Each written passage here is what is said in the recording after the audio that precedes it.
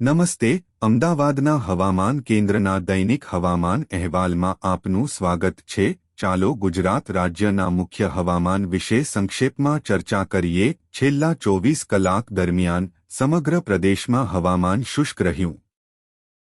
ગુજરાત પ્રદેશ અને સૌરાષ્ટ્ર કચ્છના કેટલાક ભાગોમાં મહત્તમ તાપમાનમાં નોંધપાત્ર ઘટાડો થયો છે. જો કે સૌરાષ્ટ્રના એકાદ વિસ્તારોમાં મહત્તમ તાપમાન સામાન્ય કરતાં નોંધપાત્ર રીતે ઉપર રહેવાથી હીટવેવની સ્થિતિ સર્જાઈ હતી. આ પ્રદેશમાં લઘુત્તમ તાપમાનમાં નોંધપાત્ર ફેરફાર થયો નથી.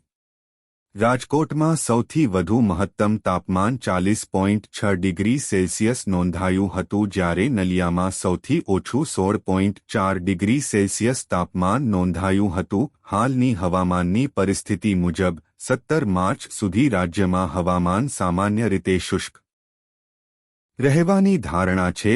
ત્યારબાદ 18 અને 19 માર્ચ દરમિયાન ગુજરાત પ્રદેશ અને સૌરાષ્ટ્ર કચ્છમાં છૂટાછવાયા સ્થળોએ ગાજવીજ સાથે હળવા વરસાદની સંભાવના છે. મહત્તમ તાપમાન ઊંચા રહેવાને કારણે આજે 13 માર્ચ સૌરાષ્ટ્ર કચ્છમાં છૂટાછવાયા સ્થળોએ હીટવેવ હજુ ચાલુ રહેવાની શક્યતા છે.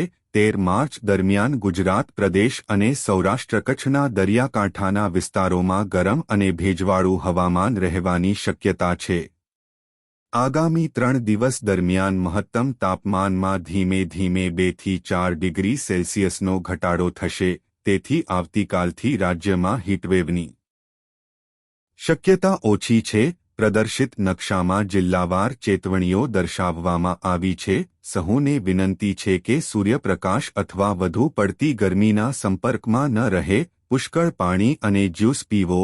હળવા વજનના, હળવા રંગના, ઢીલા ફિટિંગવાળા સુતરાઉ કપડાં પહેરો અને તમારા માથાને ઢાંકી રાખો. વિગતવાર માહિતી માટે કૃપા કરીને અમારી વેબસાઇટ www.mausamtimd.gov/અમદાવાદની મુલાકાત લો. આભાર. તમારો દિવસ શુભ રહે.